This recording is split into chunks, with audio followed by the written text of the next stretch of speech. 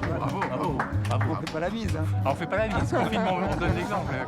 Cette victoire de la musique, c'est une très très belle célébration et une reconnaissance d'un parcours que j'ai toujours souhaité unique, avec notre couleur, notre façon de sonner tous les trois, qui n'est pas celle d'un autre trio, qui n'est pas non plus... on n'a jamais cherché à faire une musique qui soit, entre guillemets, à la mode. On a toujours été porté par un chant intérieur, et puis qu'on trouvait que ce chant, il valait le coup d'être joué. Et puis, manifestement, il semblerait que oui. J'avais pas l'impression que j'allais faire un métier.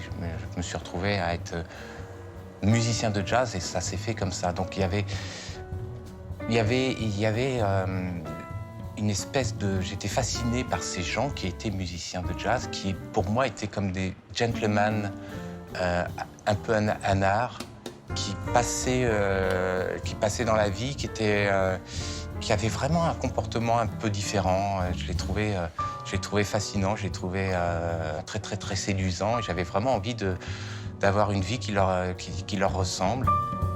Avec les contrebassistes, il y a souvent ce genre d'histoire où on se retrouve à prendre la contrebasse parce que y a personne il faut bien qu'il y ait un contrebassiste. Et pourquoi? Vas-y, que tu t'y colles. Mais ce qui est fantastique quand même aussi avec cet instrument, c'est qu'avec très très peu de technique, tu peux commencer à jouer ton rôle. C'est-à-dire que tu n'es pas obligé d'être virtuose pour jouer correctement de la contrebasse. Et je me rappelle très précisément qu'effectivement, du jour où j'ai eu ma première contrebasse, je suis arrivé, et qu'est-ce qu'on a fait? On a joué. Alors que je ne savais absolument rien, mais on a joué, et j'ai essayé de faire une ligne de basse en me démerdant, en posant les doigts à peu près où je pouvais. Et après, ça a été exponentiel.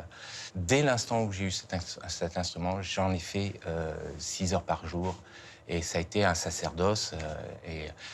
J'ai voulu rattraper le temps perdu. En fait, il y avait cette notion aussi de...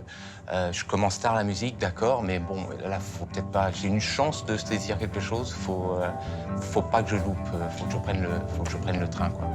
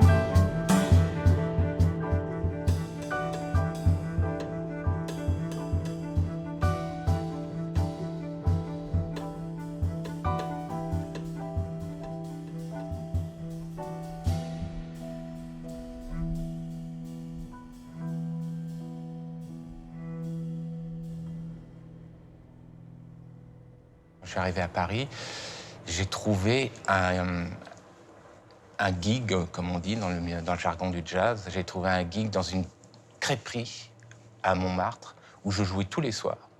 C'était du système D remarquable. Et moi, j'ai adoré ce système D. C'est-à-dire que ça me permettait de gagner 120 francs par soir, plus le chapeau. Et avec ça, j'étais le roi du pétrole. C'est-à-dire que avec ce système D, ça me payait mon appart, ça me payait mon conservatoire et youpi. C'est devenu un métier dans les années 80, 90 en fait. Hein. Donc quand j'ai commencé, c'est devenu un métier. Effectivement, en France, il y a eu une intermittence du spectacle aussi, qui était quelque chose qui a changé énormément de choses, qui a permis que ce soit un métier. C'est devenu une musique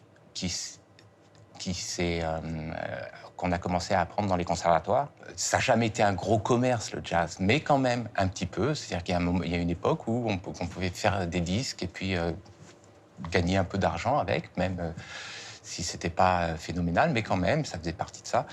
Maintenant, c'est plus le cas. Donc, ça redevient un petit peu, presque un petit peu comme avant. J'ai l'impression que ça retourne vers une forme de système D, ce qui n'est pas pour me déplaire, personnellement.